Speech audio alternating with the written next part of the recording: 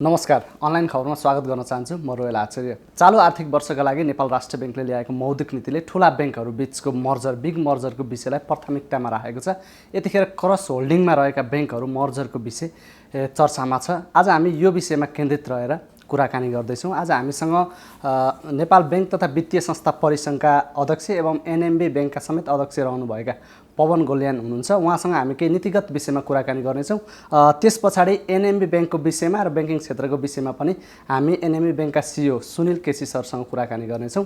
आउनुहोस्, परिसङ्घका अध्यक्ष पवन गोल्यान सरलाई स्वागत गरौँ। स्वागत छ सर कार्यक्रममा। नमस्ते। आराम हुनुहुन्छ? एकदम आराम। मौद्रिक नीतिलाई सरले पनि राम्रो छ भन्नुभयो, स्वागत योग्य छ भन्नुभयो, तर मौद्रिक नीतिले चाहिँ अलिकति ब्याङ्कलाई नै बढी प्रेसर दिएको हो कि जस्तो देखिन्छ।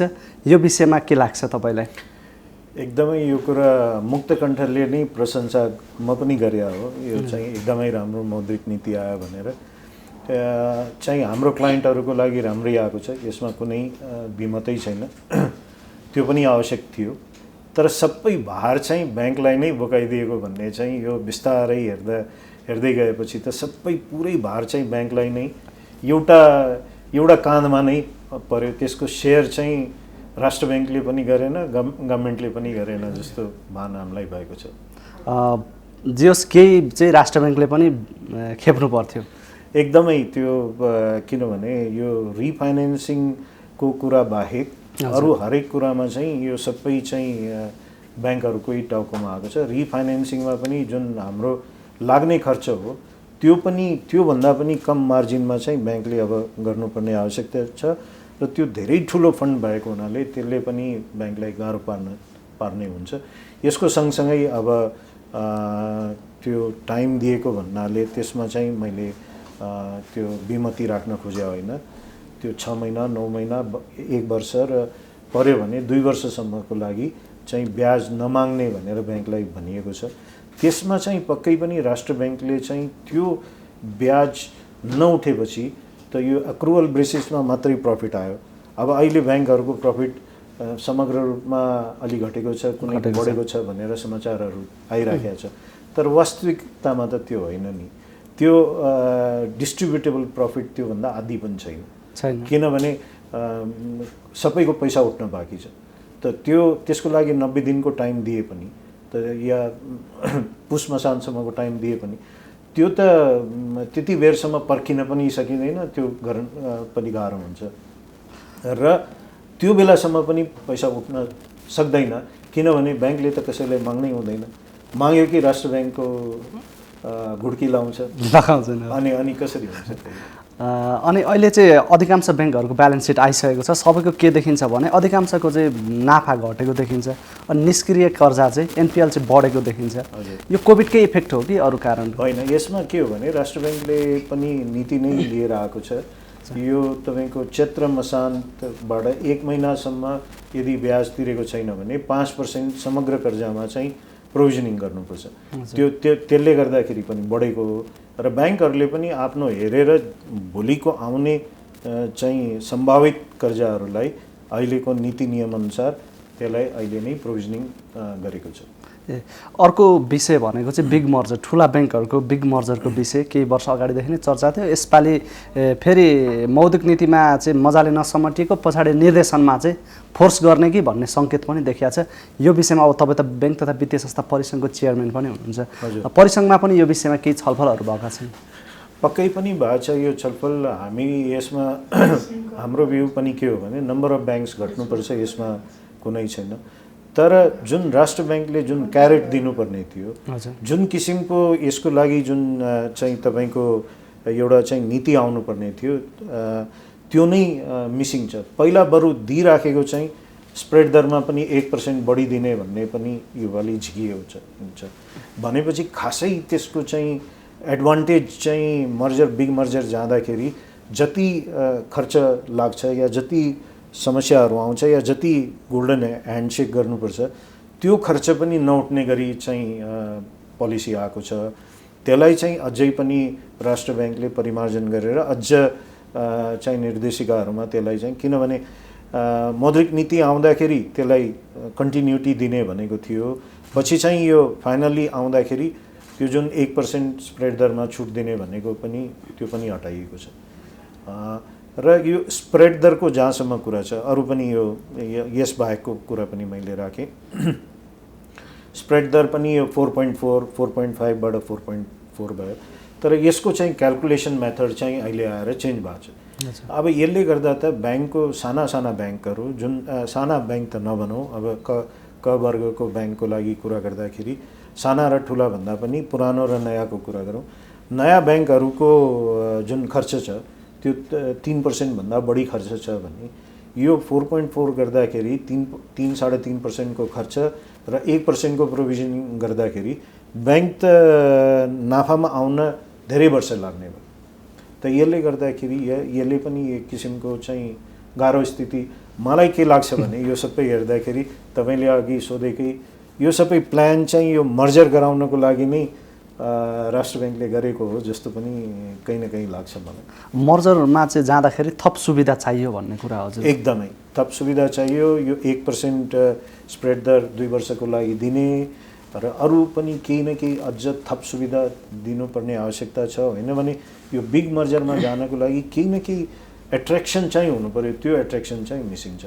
अब फोर्स मर्जर गराउने भनेको त एउटा कुरा भयो, तर फोर्स मर्जर भन्दा पनि यो स्वैच्छिक मर्जर हुँदाखेरि राम्रो हुन्छ भन्ने मलाई लाग्छ। क्रस होल्डिङको कुराहरू उठाएको छ, अहिले एनएमबी ब्याङ्क पनि एनआइसी एसियामा जाने भन्ने कुराहरू उठाएको छ, के सम्भावना छ त्यो? हेर्नुहोस्, यो त बडा कुरा धेरै आयो। एकजना पत्रकार साथीले नै मलाई फोन गरेर सोध्नुभयो कि यो त जाने पक्का भइसकेको छ सर भनेर। मैले भने मलाई त थाहा छैन। होइन सर, यो एकदम पक्का कुरा हो। अनि म त हाँस्न थालेँ। म एनएमबीको चेयरम्यान छु, मलाई थाहा छैन, अहिलेसम्म कहीँ कुरा उठेको छैन। होइन, यो त पक्का भइसक्यो भनेर कुरा उठ्यो। त यो अलि हास्यास्पद जस्तो कुरा छ, किनभने यदि यसरी हेर्नुहुन्छ भने एनएमबीतिरबाट हेर्नुहुन्छ भने 5% सेयर होल्डिङ चाहिँ क्रस होल्डिङ छ एनएमबीतिरबाट हेर्ने हो भने। एनआइसी एसियाबाट हेर्ने हो भने अलि पक्कै पनि बढी छ। तर त्यो एनआइसी एसियाको हेरेर हुँदैन। हामी त म एनएमबी ब्याङ्कको अध्यक्ष भएको नाताले मैले चाहिँ हेर्नुपर्ने कुरा के छ भने 95% सेयर होल्डर चाहिँ एनएमबी र एनआइसीको फरक छन्। 5% म सुधा मिलाएर 5% हुन्छ, जुन कि कमन सेयर होल्डर भन्न मिल्छ। हुन त म एनआइसी एसियाको सेयर होल्डर होइन, तर मेरो परिवारलाई नै, जुन मसँग छुटिसकेको परिवारलाई पनि जोड्दाखेरि पनि टोटल 5% मा पुगिन्छ। होइन, त त्यो हिसाबले हेर्ने हो भने एनएमबी र एनआइसीको मर्जर यसै पनि यो चाहिँ हुन सक्दैन, किनभने दुईटा एकदमै फरक खालको ब्याङ्कहरू हुन्। यो सोचाइ र जुन छ एउटा एक किसिमको कल्चर हुन्छ ब्याङ्कहरूमा। मैले यसको राम्रो यसको नराम्रो भन्न खोजेँ होइन, तर यो चाहिँ कल्चरै फरक भएको हुनाले यस्तो ब्याङ्कहरूमा मर्जर भयो भने त्यो चाहिँ सफल हुँदैन। एनएमबी ब्याङ्क त्यसो भए मर्जरको सम्भावना छैन एनआइसी एसियासँग? एनआइसी एसियासँग त म त देख्दिनँ। अब भोलि फोर्सै गरायो भने त जे पनि गर्न सक्छ राष्ट्र ब्याङ्कले, त्यो आफ्नो ठाउँमा छ। तर मलाई लाग्दैन राष्ट्र ब्याङ्कले पनि यस्तो फोर्स गर्छ कि जुन दुइटै राम्ररी चलिराखेका ब्याङ्कलाई दुइटैलाई मर्ज गराएर दुइटैलाई सिक बनाउने भन्ने त मलाई लाग्दैन त्यस्तो नीति राष्ट्र ब्याङ्कले पनि अवलम्बन गर्छ। त्यही त, जस्तो एनएमबी अब राष्ट्रिय स्तरको ठुलो विकास ब्याङ्कलाई गाभेर अझ मजबुत बनाएको छ। अब राष्ट्र ब्याङ्कको फोकस चाहिँ अहिले कमर्सियल ब्याङ्क टु कमर्सियल ब्याङ्कमा छ। अब थप अन्य कमर्सियल ब्याङ्कसँग सम्भावना छ त? अहिले चाहिँ हाम्रो यसमा चाहिँ एफएमओ नेदरल्यान्डको डेभलपमेन्ट ब्याङ्क पनि हामीसँग पार्टनर हुनुहुन्छ। त्यसबाहेक हामीसँग कर्मचारी सञ्चय कोष पनि छ र मलेसियाको यङ लियन कम्पनी पनि हामीसँग पार्टनर छ। यिनीहरूको 3 जनाको जोड्यो भने करिब 35 देखि 40% त यिनीहरूले होल्ड गर्छ। अरू प्राइभेट सेक्टर भनौँ या इन्डिभिजुअल बेसिसमा हेर्ने भने यो चाहिँ 10-12% बाहेक अरू छ 12-15% भन्दा बढी छैन ब्याङ्कमा। त यो भनेको डिसिजन चाहिँ यो मेरो अथवा अरूको भन्दा पनि हाम्रो मेजर स्टेक होल्डरहरूको हुन्छ। त यसो बुझ्दाखेरि उहाँहरूको अहिले चाहिँ यो ठुलो मर्जरमा जानु हुँदैन अनलेस यो फोर्स हुन्छ या त्यस्तो स्थिति आउँछ भने त्यो हेर्ने हो। अहिलेको लागि त हामी अहिले भर्खरै अब जोइन्ट अपरेसन सुरु गर्दैछौँ कञ्चन डेभलपमेन्ट ब्याङ्कसँग भर्खरै अर्को आइतबार आज आइतबार छ अर्को आइतबारदेखि हामी जोइन्ट सुरु गर्दैछौँ अपरेसन। त भनेपछि अहिले हामी त 5-6वटा ब्याङ्कसँग डेभलपमेन्ट ब्याङ्क र एउटा फाइनेन्स कम्पनीसँग चाहिँ मर्ज गरिसकेका छौँ। ब्याङ्कको एउटा साइज बनिसकेको छ, एउटा तरिकाले रन भइराखेको ब्याङ्क हो। मलाई लाग्दैन कि एनएमबी अहिले चाहिँ मर्जरमा जान उचित हुन्छ जस्तो लाग्दैन। धेरै संस्थाहरू गाभिसकेको छ, त्यो हिसाबले उचित छैन भन्न खोज्नु। हजुर। अर्को कुरा चाहिँ यो ब्याङ्क तथा वित्तीय संस्थाहरूको चाहिँ वर्गको विषयमा होइन, सबै काम कमर्सियल ब्याङ्कले गर्ने काम पनि डेभलपमेन्ट ब्याङ्कले गर्ने, डेभलपमेन्ट ब्याङ्कले गर्ने काम पनि कमर्सियल ब्याङ्कले गर्ने, सबै एउटै काम हुँदाखेरि ख वर्गको ग वर्गको अस्तित्व चाहिँ आवश्यकता छैन भन्ने कुराहरू पनि उठिरहेछ। यो विषयमा के लाग्छ तपाईँलाई? यसमा त अब एउटा डिबेटै चलाउनुपर्छ। हेर्नुहोस्, नेपालमा 5 थरीको ब्याङ्क चाहिन्छ कि चाहिँदैन, क ख ग बाहेक माइक्रो फाइनेन्स र सहकारी, यो 5 थरीको ब्याङ्क चाहिन्छ कि चाहिँदैन भन्ने चाहिँ एउटा डिबेटै चलाउनु पर्ने आवश्यकता छ। हामीले पनि सिबिफिनबाट पनि एउटा चाहिँ यसको स्टडी गराउने, यसमा चाहिँ थिङ्क ट्याङ्क अलि सबै खालको व्यक्तित्वहरूलाई राखेर एउटा चाहिँ बहसै चलाउने भन्ने हिसाबमा चाहिँ हामी पनि सोच बनाइरहेका छौँ। यसको सँगसँगै अहिले चाहिँ यो अहिले मोनेटरी पोलिसीले क वर्गको ब्याङ्कलाई नै 15% कर्जा, 1 करोडभन्दा घटीको कर्जा चाहिँ प्रवाह गर्नु पर्यो भन्ने कुरा राखेको छ होइन। त्यो गर्दाखेरि ख र गको औचित्य नै हराएर गयो जस्तो मलाई लाग्छ। किनभने ख र गले गर्ने काम चाहिँ कले गर्यो भने एक त कको कस्ट पनि बढी पर्छ, त्यो सानो सानो कर्जा 10 लाख 20 लाख 50 लाखको कर्जा दिन र पहुँच पनि पुग्दैन। किनभने सबै क वर्गको ब्रान्चहरू त सबै ठाउँमा छैन, त यो पहुँच पनि पुग्दैन। यो कहाँनिर क्लस्टर कहाँनिर हुन्छ भने घुमिफिरी त्यही काठमाडौँमा या जहाँ ब्रान्चेसहरू बढी छन् त्यहीँ खोज हुन्छ। स्न्याचिङ एकबाट अर्को, अर्कोबाट अर्कोमा जान्छ। त्यसले चाहिँ अननेसेसरली बढी पैसाको प्रवाह बढ्छ। त्यसले गर्दा चाहिँ खर्चमा बढी पैसा जाने सम्भावना हुनसक्छ। यसको चाहिँ विकृति पनि आउन सक्ने सम्भावना म देख्दैछु। यसैले यसलाई चाहिँ राष्ट्र ब्याङ्कले चाहिँ फेरि पनि पुनः पनि यसको चाहिँ अलि स्टडी गर्नुपर्ने आवश्यकता म देख्दैछु कि यो चाहिँ यति किसिमको ब्याङ्कको आवश्यकता छ कि छैन एकातिर, र क वर्गको ब्याङ्कलाई यो जुन 1 करोडभन्दा 15% प्रवाह गर्ने जुन बाध्यकारी बनाएको छ यो चाहिँ सफल हुन सक्छ कि सक्दैन। जहाँसम्म सहुलियतपूर्ण कर्जाको कुरा छ त्यो देशको आवश्यकता हो, त्यो हामीले पनि बुझेका छौँ, हामी सबै ब्याङ्कहरूले बुझेको छौँ। त्यसको त लागि त म आफै लागि परेको थिएँ कि यो गर्नुपर्छ, यो चाहिँ आवश्यकता पनि हो। रिटर्न माइग्रेन्टहरूलाई हेरेर त्यो सबैलाई हेरेर त्यो गर्नुपर्छ। त्यसको लागि हामी सबै किसिमको ब्याङ्कले चाहिँ त्यसमा चाहिँ यसलाई चाहिँ प्रायोरिटी दिनु पनि पर्छ र हामी यसमा होल हार्टेडली लाग्छौँ पनि। तर अरू कर्जाहरूमा चाहिँ किनभने सिबिफिन भनेको चाहिँ क वर्गको संस्था मात्रै होइन, ख र गलाई पनि समेटेको छ। त हाम्रो दायित्व चाहिँ तिनै किसिमको ब्याङ्कको लागि छ। त त्यो हिसाबले पनि सबैलाई विन विन सिचुएसन हुने गरी चाहिँ ठाउँ चाहिँ सबैको लागि हुनु पर्यो। या त राष्ट्र ब्याङ्कले यो भन्नु पर्यो कि होइन 3वटाको आवश्यकता छैन, सबैलाई एउटै बनाऊ भन्ने चाहिँ त्यो बाटो देखाइदिनु पर्यो। त्यो त के फरक त हुनु पर्यो 5वटामा? एकदमै त्यसको डिमार्केसन, कम्प्लिट डिमार्केसन हुनुपर्छ। क वर्गको ब्याङ्कको लागि यो, खको लागि यो, गको लागि यो भन्ने पहिला थियो सुरुमा पोलिसी आउँदाखेरि, बिस्तारै त्यसलाई चाहिँ इन्क्रोचमेन्ट हुँदै गयो। अब ठुला कर्जा कन्सोर्टियममा पनि ग वर्गको ब्याङ्क पनि इन्क्लुड भएको छ भने हामी चाहिँ 5 लाखको लोन पनि क वर्गको ब्याङ्कले पनि दिएको छ भने यो चाहिँ एकदमै इन्क्रोचमेन्ट जस्तो भयो कि। हामी पोलिसीगत हिसाबमा पवन सरसँग धेरै कुराकानी गरिसक्यौँ। अब हामी एनएमबी ब्याङ्कका विषयमा पनि सुनिल सरसँग थप जिज्ञासा राख्नेछौँ। चेयरम्यान सरसँग केही अब नीतिगत कुराहरू मर्जरका विषयहरूमा केन्द्रित रहेर कुराकानी गरिसकेका छौँ। अब गत आर्थिक वर्ष एनएमबी ब्याङ्कका लागि कस्तो रह्यो? गत आर्थिक वर्षको अब समीक्षा गर्नु पर्दाखेरि ओभरअल हेर्दाखेरि अब लास्ट क्वार्टरमा जुन कोभिडको इम्प्याक्ट पर्यो त्यसको कारणले गर्दाखेरि हामीले सोचेको जस्तो पर्फर्मेन्स चाहिँ गर्न सकेनौँ र भर्खरै हामीले रिजल्ट पब्लिस गरेका छौँ र त्यो रिजल्टमा चाहिँ हामीले चाहिँ यो जुन अब चाहिँ अझै पनि अनसर्टेन्टी छ, एक किसिमको अन्यलको माग छ, ठुलो रिस्क चाहिँ बिजनेसमा अहिले अझै पनि हामी देखिरहेछौँ। त्यसले गर्दाखेरि हामीले राष्ट्र ब्याङ्कले जति गर्नु परेको भन्दा पनि हामी अलि बढी प्रोभिजन लिएर गइरहेछौँ। यो त प्रुडेन्ट रूपमा, यो चाहिँ हाम्रो प्रुडेन्ट ब्याङ्किङको एउटा हो।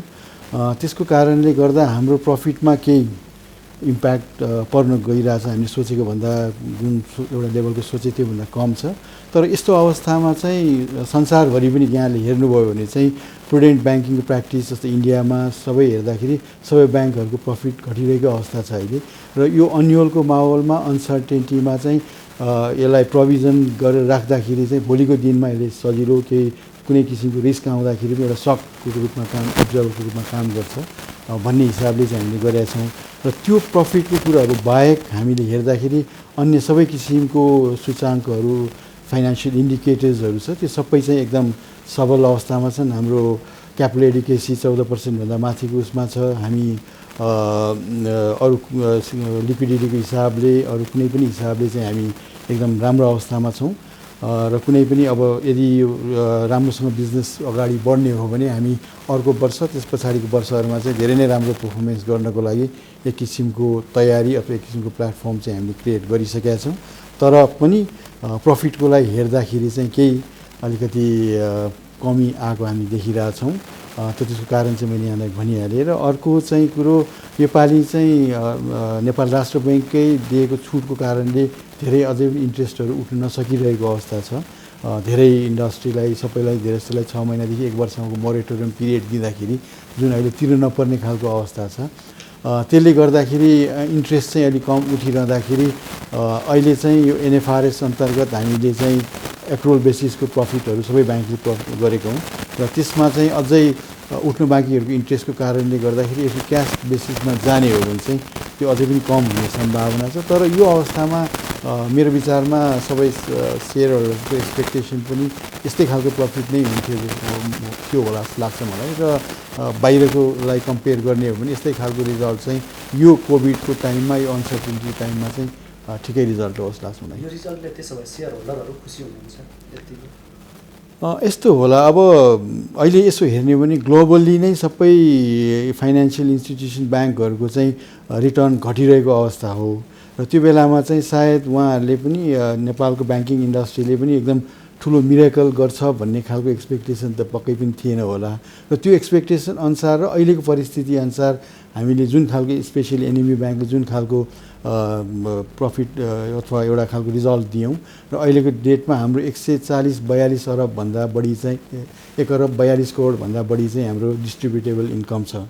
र त्यो आफैमा यति बेला चाहिँ जुन बेला चाहिँ यसरी इन्ट्रेस्टहरू उठ्नु गाह्रो भइरहेको टाइममा पनि हामीले इन्ट्रेस्ट उठाएर कस्टमर उसबाट गरेर जुन गरेका छौँ, त्यो चाहिँ मेरो विचारमा सेयर होल्डरहरूले एप्रिसिएटै गर्नुपर्ने टाइम अनुसार कुरो हेर्नु पनि गर्नुपर्छ लाग्छ मलाई। कोभिडको त्रास अझै पनि सकिएको छैन। अब ब्याङ्कको भविष्य चाहिँ कस्तो होला? ब्याङ्कको ओभरअल भविष्य हेर्ने हो भने सबभन्दा पहिला एनएमबीको कुरा गरौँ। एनएमबीको कुरा गर्दाखेरि आज हामीसँग 19 अरब भन्दा बढीको चाहिँ कोर क्यापिटल नै छ। र जुन क्यापिटलको स्ट्रेन्थ छ त्यो चाहिँ आफैमा स्ट्रङ छ। त्यसकारण यसले केही नेगेटिभ सकहरू लिएर आउँदाखेरि पनि त्यसलाई चाहिँ अगाडि लिएर जान सक्ने अवस्थामा हामी छौँ। र अरू सबै खालका इन्डिकेटर्सहरू स्ट्रङ हुँदाखेरि यो समस्या त आउलान्। पहिला पनि हामीले यस्तो खालको फेस गरेको 2015मा पनि यस्तो खालको, तर अलि फरक खालको परिस्थिति छ। तर ब्याङ्क चाहिँ समग्र रूपमा एकदम स्ट्रङ अवस्थामा भएको कारणले गर्दाखेरि चाहिँ अगाडि बढ्दा त्यति समस्या चाहिँ आउने छैन। अगाडि हामी एउटा टाइममा बिस्तारै अझै राम्रो गर्दै जाने नै हामी छौँ। र ओभरअल ब्याङ्किङै हेर्नु पर्दाखेरि पनि अहिले ब्याङ्क्सहरू चाहिँ राम्रै क्यापिटलाइज छन् भनौँ। यो 3-4 वर्षमा जुन किसिमले 425 अरब भन्दा बढीको टोटल क्यापिटल पेस लिएर ब्याङ्कहरू बसिरहेछन्, 27वटा कमर्सियल ब्याङ्क भन्दाखेरि सबै नै एउटा किसिमले चाहिँ यो यो यो अहिलेको परिस्थितिलाई अगाडि लिएर जान सक्ने अवस्थामै छ जस्तो लाग्छ मलाई। लिक्विडिटी चाहिँ अहिले ब्याङ्कहरूमा थुप्रेको छ। हजुर, यो लेन्डिङमा चाहिँ किन समस्या भइरहेछ? कहिले चाहिँ यो समाधान होला? अब अहिलेको परिस्थिति भनेको अलि अन्यलको परिस्थिति, र त्यति बेला चाहिँ धेरै नयाँ खालको इन्भेस्टमेन्टहरू अहिले आउन नसकिरहेको अवस्था। अहिले लकडाउनमै छौँ, पार्सियल लकडाउनमै छौँ हामी। र अहिले चाहिँ लिक्विडिटी अहिले बढी हुनुमा चाहिँ कुनै पनि यस्तो क्राइसिसको टाइममा सेन्ट्रल ब्याङ्कले चाहिँ अलिकति लिक्विडिटीलाई पोलिसीगत रूपमै अथवा मोनिटरी अपरेसन्सको थ्रुबाट लिक्विडिटीलाई अलिक बढाउने नै काम भइरहेको हो। त्यसको कारणले गर्दाखेरि पनि लिक्विडिटी भइरहेको हो। अर्को चाहिँ अब जुन लेभलमा डिमान्ड हुनुपर्थ्यो डिमान्ड हुन सकिरहेको छैन। तर अब अगाडि बढ्दाखेरि जुन अब रिभाइभलको प्लान गर्नुपर्ने हुन्छ नि इन्डस्ट्रीलाई यो बिजनेसलाई अगाडि बढाउनलाई, त्यति बेला चाहिँ बिस्तारै यो लोनको मागहरू पनि बढ्दै जान्छ र यो अर्को किसिमले किसिमको साइकल पनि हो। फेरि हामी कुनै बेला अलिकति लिक्विडिटी टाइट पनि हुन्छौँ, यो अहिले अलिकति फ्लस लिक्विडिटी भएको टाइम चाहिँ फेरि over the period of time हामीले आजभन्दा 8-10 वर्ष अगाडिकै हेऱ्यो भने बेला बेलामा यो साइकल चाहिँ चलि नै रहन्छ र फेरि एउटा पिरियडमा यो बिस्तारै ठिक भएर नै जान्छ जस्तो लाग्छ मलाई। दसैँ अगाडि यो ठिक हुने सम्भावना देख्नुहुन्छ? दसैँ अगाडि चाहिँ अब अहिलेको लास्ट हप्तासम्मको हेर्दाखेरि सिसिडी रेसियो चाहिँ ब्याङ्कहरू सबै हेर्दाखेरि 72% जतिको हाराहारीमा थियो भनौँ। त्यसले गर्दाखेरि अब 85 अहिले हुँदाखेरि सर्टेन रुमहरू लेन्डेबल फन्डको लागि चाहिँ प्रशस्तै भएको अवस्था छ। त्यसकारण त्यो रूपमा चाहिँ दसैँ अगाडि भन्दाखेरि 2 महिनामा चाहिँ त्यो लेभलमा चाहिँ लिक्विडिटी नभइहाल्ला। तर बिस्तारै अब यसले एउटा खालको टर्न लिएला, एउटा किसिमको ग्लोबल रूपमै अब भ्याक्सिनहरूको अनाउन्समेन्ट भइसकेपछि केही भइसकेपछि एउटा अलिकति स्टेबिलिटीतिर हामी अगाडि लाग्यौँ र भोलि अब टुरिज्महरूले पनि पिकअप गर्न थाल्यो, सबै कुराहरू हुँदै गयो भने चाहिँ अगाडि राम्रो नै होला जस्तो लाग्छ। र अब अलिकति रेमिटेन्सको कुरो होला यसमा चाहिँ अलिक कसरी जान्छ भन्ने कुरो र जुन यो वर्षको हेर्दाखेरि त त्यति सोचेको भन्दा राम्रै किसिमले रेमिटेन्स आइदिएको छ। यदि त्यो रेमिटेन्समा धेरै ठुलो खालको चाहिँ गिरावट आएन भने चाहिँ त्यस्तो धेरै टाइट हुने सिचुएसन चाहिँ नआउन पनि सक्छ। कोभिडको कारण चाहिँ ब्याङ्कहरूको कस्ट अफ फन्ड चाहिँ कतिको बढाएको छ? कस्ट अफ फन्ड अहिले हेर्ने हो भने अलिक घटेकै देख्छौँ हामी, किनभने डिपोजिटको रेट चाहिँ आजभन्दा 3-4 महिना अगाडिभन्दा डिपोजिटको रेट चाहिँ केही घटेर गइरहेको अवस्था हो। त्यसले गर्दाखेरि ओभरअल कस्ट अफ फन्ड ब्याङ्कहरूको घट्या छ अहिले र त्यो सँगसँगै लेन्डिङको रेट पनि अहिले बिस्तारै घट्दै ब्याङ्कहरूको बेस रेट घट्नेसँगै लेन्डिङको रेटहरू पनि बिस्तारै घट्दै आइरहेको अवस्था छ। ओके, म अलिकति पवन सरसँग पनि कुरा गर्न चाहन्छु। हजुर, खास गरी ब्याङ्कमा म्यानेजमेन्ट र सिइओ बिच चाहिँ विभिन्न टकरावहरू विभिन्न समयमा सुनिन्छ। सम्भवतः मिडियामा यसरी दुईजना सँगै राखेर कुरा गरेको यो फर्स्ट टाइम पनि होला। वास्तवमा एनएबी ब्याङ्कको अवस्था के हो, कतिको टकराव हुन्छ? एनएबी ब्याङ्कमा अझै करिब 25 वर्ष हुन लाग्यो होइन। 25 वर्षको हिस्ट्रीमा नै बोर्ड र म्यानेजमेन्टको नङ र मासुको रिलेसन जस्तै रहेको छ। र यो आज नयाँ कुरा कुनै होइन, यो मैले सुरुवात गरेको होइन, यो डाक्टर ठाकुरनाथ पन्तले नै सुरुवात गर्नुभयो। उहाँको जुन एउटा लेगेसी कायम गर्नुभयो त्यो आज पनि त्यस्तै छ। म्यानेजमेन्टको काम चाहिँ ब्याङ्क चलाउने हो, हाम्रो बोर्डको काम चाहिँ पोलिसी मेटरमा डिस्कस गर्ने हो र जुन बोर्डले निर्देशन दिएको छ त्यो पालना भयो कि भएन, त्यो हिसाबले काम भयो कि भएन भन्ने मात्रै हो। त्यो बाहेक बोर्ड म्यानेजर कुरो गर्नुपर्दा सम्भवतः यो ब्याङ्किङ इन्डस्ट्रीको सबभन्दा इम्पावर्ड सिइओ चाहिँ म होला। त्यो भनेको मतलब उहाँहरूले चाहिँ अहिले जुन चेयरम्यान साहबले भन्नुभयो बोर्डको काम चाहिँ स्ट्राटेजिक लेभलमा भिजन अगाडि लिएर जाने, स्ट्राटेजीमा काम गर्ने, म्यानेजमेन्टको काम चाहिँ अपरेसन गर्ने भन्ने हो, जसले चाहिँ डे टु डे उसलाई गर्ने र त्यो भिजनलाई चाहिँ कसरी एक्जिक्युट गर्दै जाने भन्ने हो। त्यो अन्डरस्ट्यान्डिङमा हामी चलिरहेछौँ र अहिलेको अवस्था मैले अघि पनि भने र त्यो अहिले जुन ट्रेड अथोरिटीहरू गर्ने उसमा सबै कुरामा एकदम ठुलो फ्रिडम हामीलाई छ र हामीले चाहिँ उहाँहरूबाट हेर्ने भनेको बेला बेलामा अलिक कम्प्लेक्स इस्युजहरूमा गाइडेन्स खोज्ने हो र मोस्ट अफ द 90% भन्दा बढी चाहिँ बिजनेस क्रेडिट अप्रुभलहरू सबै हामी मेरो म्यानेजमेन्ट लेभलबाट हामी गर्छौँ र धेरै कम कुराहरू मात्र बिजनेसमा चाहिँ बोर्डमा जान्छ। त्यसले गर्दाखेरि पनि हामी अलिक फरक छौँ र यही कर्पोरेट गभर्नेन्स यही कारणले गर्दाखेरि सायद हामी यो 4-5 वर्षमा जुन किसिमले हामी अगाडि आएको छौँ as a bank, commercial bank जुन ठाउँमा थियो हामी अलिक सानैबाट स्टार्ट गरेर यहाँ आइपुग्नुमा चाहिँ यसको चाहिँ ठुलो योगदान छ र यो नै हो हाम्रो सक्सेसको सिक्रेट चाहिँ यो जस्तो लाग्छ। बोर्डबाट चाहिँ एकदमै दबाब आउँछ, कतिपय लोन अप्रुभ गर्ने विषयमादेखि लिएर अन्य कामहरूमा पनि भनिन्छ। वास्तवमा बोर्डबाट दबाब छैन, केही छैन पवन सर? बोर्डबाट दबाब उहाँलाई नै सोध्नु पऱ्यो नि मलाई सोध्नुभन्दा त बोर्डबाट दबाब बरु हामी चाहिँ आएको दबाबलाई चाहिँ कोसिस गर्छौँ कि बोर्डले नै सहोस्, बाहिरबाट आएको यस्तो कुनै दबाब छ भने उहाँले चाहिँ बोर्डको नाउँ लिएर पन्छिन पाउनुहुन्छ। त्यो कुरा गर्नु पऱ्यो भने चेयरम्यानलाई कुरा गर्नुहोस् भनेर उहाँलाई चाहिँ यति लिबर्टी चाहिँ मैले पनि दिएको छु र बोर्डले सिङ्गो बोर्डले पनि दिएको छ। सुनिल सर, के त्यस्तो पोलिसीगत हिसाबले अप्ठ्यारो महसुस भएको छैन?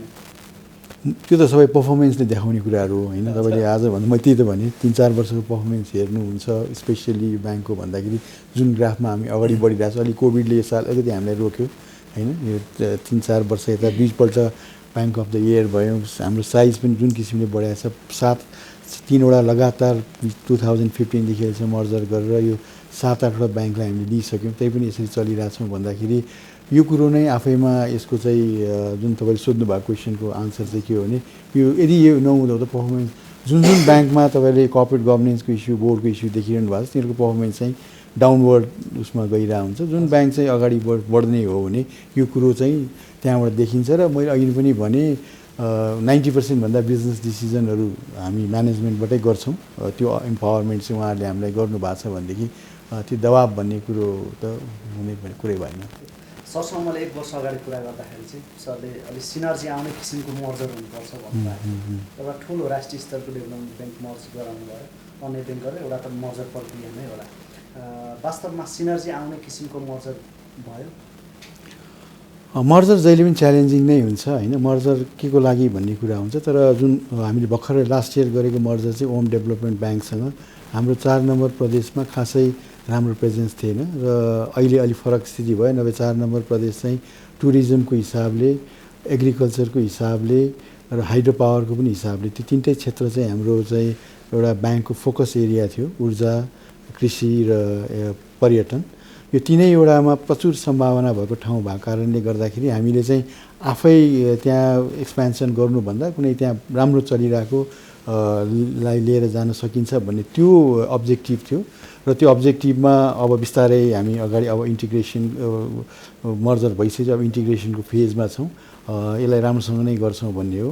र अर्को चाहिँ अब अहिले हाम्रो अर्को हप्तादेखि हुन आँटेको जोइन्ट अपरेसन चाहिँ सुदूरपश्चिम 7 नम्बर प्रदेशमा चाहिँ कन्सर्न डेभलपमेन्ट ब्याङ्कसँग हो। जुन ब्याङ्क चाहिँ त्यहाँको सबैभन्दा ठुलो डेभलपमेन्ट रिजनल डेभलपमेन्ट ब्याङ्क हो। र त्यहाँ पनि हाम्रो राम्रो प्रेजेन्स थिएन।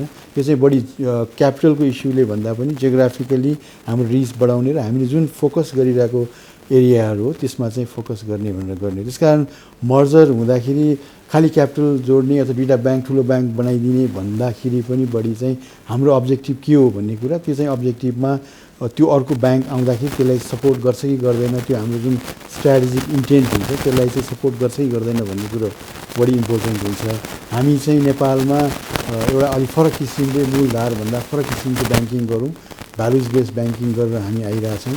जुन भनेको चाहिँ हामीले गर्ने ब्याङ्किङले चाहिँ नेपालको रियल इकोनोमीमा इम्प्याक्ट पार्नुपर्छ, पोजिटिभ इम्प्याक्ट हुनुपर्छ, खालि प्रफिटको लागि मात्र काम गर्दैनौँ भन्ने खालको हो। र त्यो लाइनमा हुने ब्याङ्कहरू अगाडि आयो भने सायद हामी मर्जरमा जाने सम्भावना हुनसक्छ। तर त्योभन्दा बाहेक अरू कुनै खालको क्यापिटल 2टा जोडेर ब्रान्चहरू बढाउनुको लागि मात्र भन्ने मर्जर चाहिँ हाम्रो लागि त्यति चाहिँ नहुन सक्ला। इन्डस्ट्रीमा चाहिँ एनएमबी ब्याङ्क अन्य ब्याङ्कको तुलनामा फरक के छ?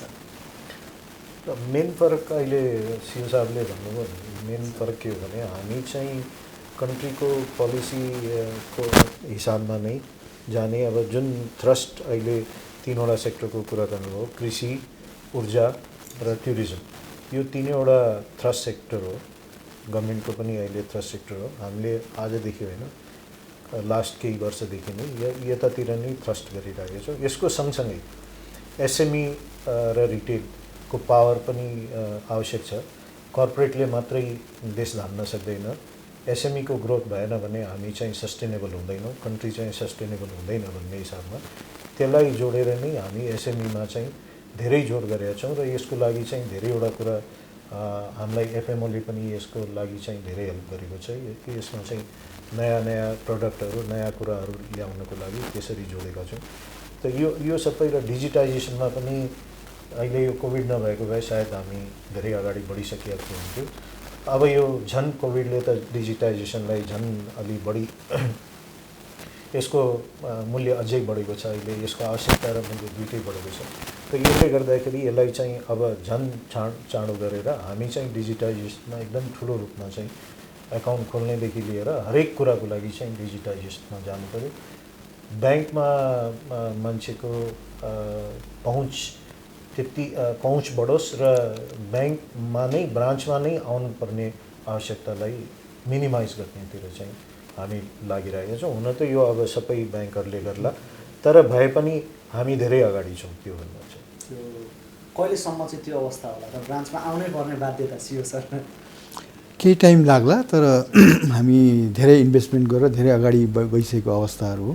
अहिले नै हामीले फर्स्ट टाइम नेपालमा फेसबुक मेसेन्जरबाट एकाउन्ट खोल्ने भनेर सोसियल साइटबाट गर्ने हामीले अनाउन्स गरेको छ। 1-1.5 महिना राम्रो रेस्पोन्स आइरहेछ। त्यसरी भाइबरमा पनि गरिरहेछौँ। अब हाम्रो ओम्नी च्यानल पनि एक किसिमले लन्च भइसकेको छ। धेरै कुराहरू हामी गरिरहेछौँ र अब बिस्तारै अगाडि हामी बढ्दै जान्छौँ। र अहिले उहाँले भन्नुभएको जस्तो धेरै नयाँ अपर्च्युनिटिजहरू पनि आइरहेछन्। र अब एक किसिमले सबभन्दा मुख्य कुरो चाहिँ यो हाम्रो कस्टमरहरूमा अवेरनेस चाहिँ बढिरहेछ। कोभिडको कारणले गर्दाखेरि पनि डिजिटल उसमा जानुपर्छ भन्ने, त्यो चाहिँ नभए हामीले त्यो गर्नलाई धेरै टाइम खर्च गर्नुपर्थ्यो। त्यो कुरो चाहिँ आफै बन्दै आइरहेको हुनाले हामीलाई धेरै सजिलो चाहिँ भएको छ। टाइमिङ चाहिँ राइट भएको छ। अब टेक्नोलोजीका केही नयाँ अभ्यासहरू गर्दैछौँ? टेक्नोलोजीमा हामी धेरै किसिमकोहरू नयाँ किसिमको प्रडक्टहरूमा हामी काम गरिरहेछौँ। बिस्तारै हामी त्यसलाई अनाउन्स गर्दै जान्छौँ, किनभने धेरै कुराहरू धेरै अगाडि बढिसकेको अवस्थाहरूमा मुख्य कुरा चाहिँ हामीले हेर्ने भनेको अहिलेको चेन्ज कन्टेक्स्टमा कस्टमरहरूको निड के हो, त्यो निडमा चाहिँ हामी कसरी काम गर्ने भनेर चाहिँ त्यसको लागि सल्युसनको रूपमा हामी लिएर आउँदैछौँ। अबको 1-2 महिनामा हामी बिस्तारै अनाउन्स गर्दै जान्छौँ टेक्नोलोजी साइडबाट। हजुर, त्यो पनि हामीले अस्ति एउटा गरे। त्यसमा चाहिँ हामीले गरेका छौँ भर्खरै मात्रै पनि, जुनमा चाहिँ त्यही बसमै जुन बाहिरतिर जस्तो चाहिँ कार्डबाट चाहिँ बसमै पैसा तिर्दाखेरि त्यो प्रिपेड कार्डबाट गर्ने भन्ने हो। त्यसमा फर्दर अझै पनि काम गर्न खोजिरहेछौँ। हामी थुप्रै कुराहरू गर्न खोजिरहेछौँ। अहिले भर्खरै हामीले ग्रिन एफडी भनेर पनि प्रडक्ट लिएर आयो नेपालमा, पहिलोपल्ट होला सायद। हामीले त्योबाट कलेक्ट गरेको पैसाले चाहिँ ग्रिन एसेट्सहरूमा मात्रै भने मतलब ऊर्जाको क्षेत्रमा, सोलर, यो सबै क्षेत्रहरूमा जहाँ चाहिँ ग्रिन एसेट्सहरू हुन्छ त्यसमा चाहिँ फन्ड गर्ने र हरेक एकाउन्ट खोलिसकेपछि त्यसको चाहिँ एउटा रुख चाहिँ रोपिदिने भन्ने, त्यो चाहिँ हाम्रो क्लाइमेट चेन्जको लागि हाम्रो जुन कमिटमेन्ट छ as a value based banking गरिरहेको ब्याङ्कको रूपमा, त्यस्तो खालको कामहरू पनि हामी गरिरहेछौँ। हामी यो सोलरको केसमा, सोलर एनर्जीको केसमा हामी थुप्रै कामहरू गरिरहेछौँ। हाइड्रो पावरमा त हामी अहिले 42वटा भन्दा बढी हाइड्रो पावर प्रोजेक्ट हामीले गरिरहेछौँ। त्यसमा 22-23वटा त हामीले लिड गरेका छौँ। यस्तो कोभिडको एकदमै अप्ठ्यारो टाइममा पनि हामीले लास्ट 2 हप्ता अगाडि मात्रै एउटा नयाँ प्रोजेक्ट चाहिँ 24-25 मेगावाटको चाहिँ हामीले फाइनेन्सियल क्लोजर हाम्रो उसमा गऱ्यौँ। त्यसको मतलब हाम्रो कमिटमेन्ट चाहिँ लङ टर्म कमिटमेन्ट चाहिँ एकदम छ। डिजिटल साइड सबै किसिममा चाहिँ हामी किसिमले अगाडि बढिरहेछौँ। कोभिड पछाडि चाहिँ ब्याङ्कहरूको प्राथमिकतामा के गर्नुपर्छ? हेर्नुहोस्, प्राथमिकता भनेको त अघि जुन सेक्टरको हामीले कुरा गऱ्यौँ, यो चाहिँ के हो भने कन्ट्रीलाई अब अलि फरक हिसाबले लैजानु पऱ्यो। हामी चाहिँ सेल्फ रिलायन्ट हुनुपर्यो कन्ट्री। त्यो गर्नको लागि आवश्यकता के छ भने उत्पादन चाहिँ नेपालभित्र हुनुपर्यो। जुन अहिले हामी चाहिँ इम्पोर्ट गरिरहेका छौँ त्यो सबैको उत्पादन नेपालभित्र हुनुपर्यो। त्यसको लागि जुन अघि मैले कुरा भने एसएमई इन्डस्ट्रीहरू, साना इन्डस्ट्रीहरू, त्यसलाई चाहिँ कर्पोरेटसँग जोडेर त्यसको चाहिँ विकास हुनुपर्छ। त्यो एसएमई इन्डस्ट्रीहरूको विकास हुनुपर्छ र ठुला इन्डस्ट्रीहरू आफ्नो ठाउँमा छन्। त्यसको सँगसँगै उत्पादनमुखी उद्योगहरूको विकास र जुन हाम्रो मौलिक उत्पादनहरू छन् त्यसको चाहिँ विकास गरेर त्यसलाई चाहिँ एक्सपोर्टमा कसरी बनाउनु पर्छ।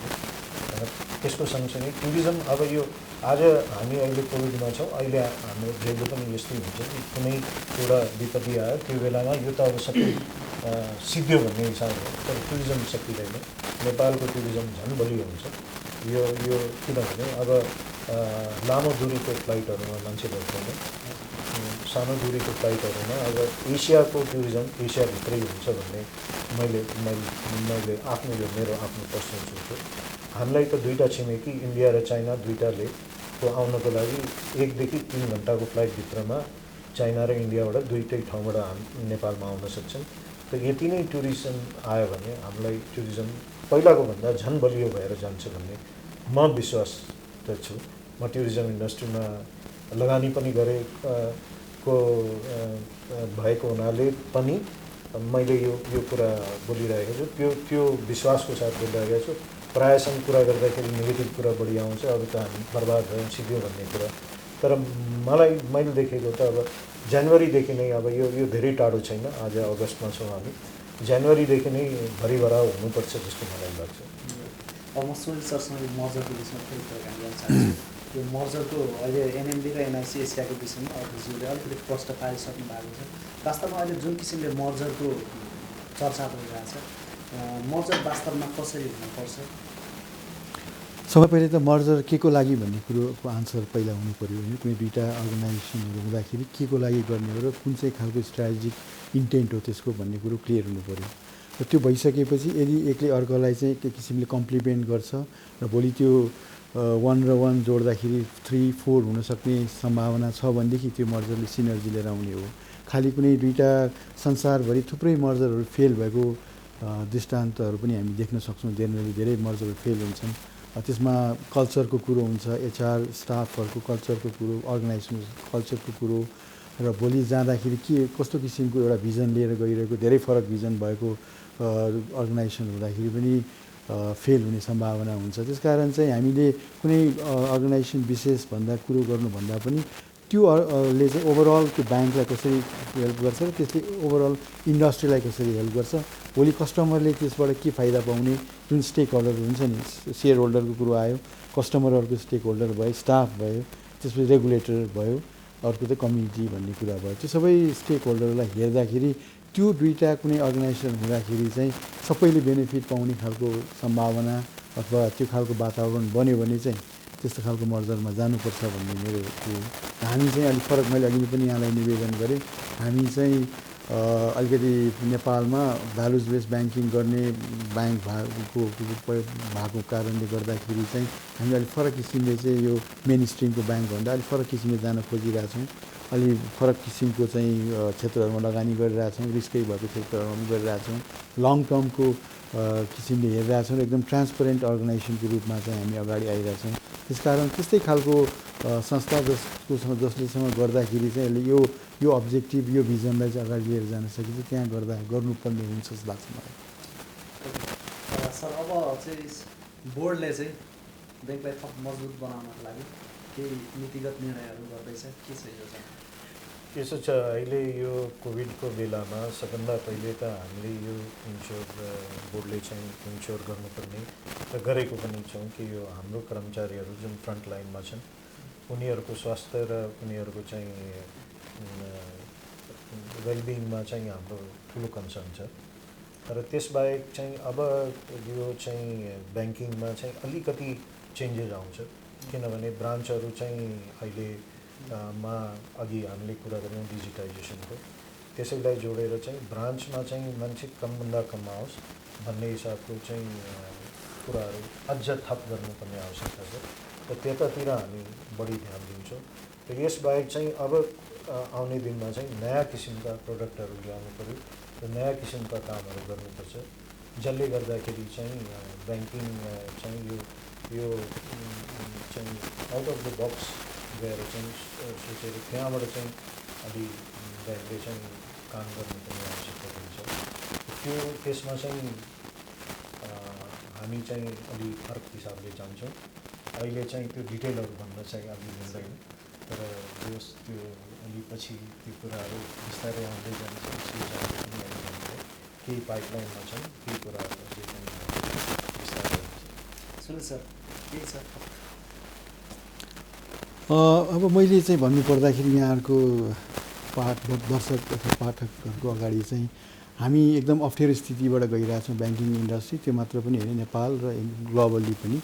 यो बेलामा चाहिँ हामीले यो लास्ट 3-4 महिनामा हाम्रो कस्टमरहरूबाट धेरै राम्रो रेस्पोन्स पाएको छौँ, धेरै राम्रो सपोर्ट पाएको छौँ र अगाडिको जोर्नी पनि हाम्रो लागि च्यालेन्जिङ छ। अब हामी सँगै नै अगाडि बढ्नुपर्ने हो। त्यति बेला चाहिँ हामीले जुन अहिले पाइरहेको ट्रस्ट, हामीलाई जुन लास्ट 10-12 वर्षमा जुन किसिमको हामीले ट्रस्ट पाएको छ हाम्रो कस्टमर, स्पेसली यो 3-4 वर्ष यता, त्यसलाई चाहिँ कस्टमरहरूले अझै एनएमबी ब्याङ्कलाई अझै बढी माया गरिदिने, अझै बढी भरोसा गर्नुहुन्छ भन्ने अपेक्षा गरेको छु। र यो अप्ठ्यारो टाइममा हामी अगाडि बढ्न सक्छौँ यदि हामी सँगै सँगै हिँड्यो र एक आपसमा एक सपोर्ट गर्दै हिँड्यो भने चाहिँ यो जुन अहिलेको अप्ठ्यारो परिस्थितिलाई हामी चाँडै नै पार गर्न सक्छौँ र पछाडिको भविष्य निकै राम्रो छ भने चेयरम्यान साहबले पनि भन्नुभयो। त्यसको लागि चाहिँ हामी सँगै काम गरौँ भन्ने चाहिँ म यो किसिमले चाहिँ उहाँहरू सबैलाई अपिल गर्न चाहन्छु। धन्यवाद। हाम्रो इकोनोमी चाहिँ V-शेपमा रिकभर चाहिँ कति हुन्छ यो चाहिँ यसमा कुनै दिमाग छैन र त्यसको चाहिँ सबभन्दा ठुलो बाटो भनेको कुनै पनि फाइनेन्सियल सेक्टर रिफर्म अथवा कुनै पनि देश प्रगति गर्दाखेरि ब्याङ्क चाहिँ एकदमै आवश्यक अङ्ग हो। त्यसैले यसलाई चाहिँ अहिलेको बेलामा यो परिस्थितिमा चाहिँ जोगाउनु पर्ने पनि हामी सबैको कर्तव्य हो। यो चाहिँ यो बारम्बार चाहिँ यो हाम्रो छाता सङ्गठनहरू भनौँ अथवा बिजनेस अर्गनाइजेसनहरूले चाहिँ ब्याङ्कले बढी नाफा कमायो, ब्याङ्कले बढी गर्यो भन्ने कुराहरू बारम्बार आइराखेको छ। यो कुराहरू चाहिँ यसलाई यति नै स्प्रेड हुनु पऱ्यो, यति यसो हुनु पऱ्यो, यो हुनु पऱ्यो भन्ने कुरा गर्नुभन्दा हामीलाई ब्याज सस्तोमा चाहियो भन्दाखेरि अलि चाहिँ प्रोडक्टिभ र राम्रो कुरा हुन्छ। न कि यो भन्नु कि यो होइन यसलाई यसरी रिस्ट्रिक्ट गर्नु पऱ्यो, यसरी रिस्ट्रिक्ट गर्नु पऱ्यो। हामी व्यवसायको बारेमा त्यो कुरा गर्दैनौँ, तर ब्याङ्कको बारेमा यसो कुरा गर्दाखेरि यो चाहिँ हेल्दी वातावरण हुँदैन यसले। त यो चाहिँ पनि तपाईँको च्यानलबाट मैले यो मेसेज पनि प्रष्ट दिन चाहेँ। हुन त यो पहिला पनि बोलिसकेको छु मैले र अलि राष्ट्र ब्याङ्कले पनि अलिकति चाहिँ ब्याङ्कहरूको टाउकोमा र काँधमा चाहिँ बोझ धेरै नै राखिदिएको छ यो बेलामा। मैले अघि पनि भने यो कुरा फेरि पनि रिपिट गर्न चाहेँ। यसलाई चाहिँ अलिकति सेयर गर्नुपर्ने आवश्यकता छ। अहिलेको बेलामा सबै यो ब्याज पनि नउठाउनु, त्यसको ब्याजको माथिको ब्याज पनि नदिनु, तर अर्कोतिर चाहिँ डिपोजिटमा चाहिँ ब्याज दिनुपर्ने भन्दाखेरि चाहिँ यो मिसम्याच भइरहेको छ। यसलाई चाहिँ राष्ट्र ब्याङ्कले कहीँ न कहीँ यसमा चाहिँ सपोर्ट गर्नुपर्ने आवश्यकता छ। धन्यवाद सर दुवैजनालाई। धन्यवाद।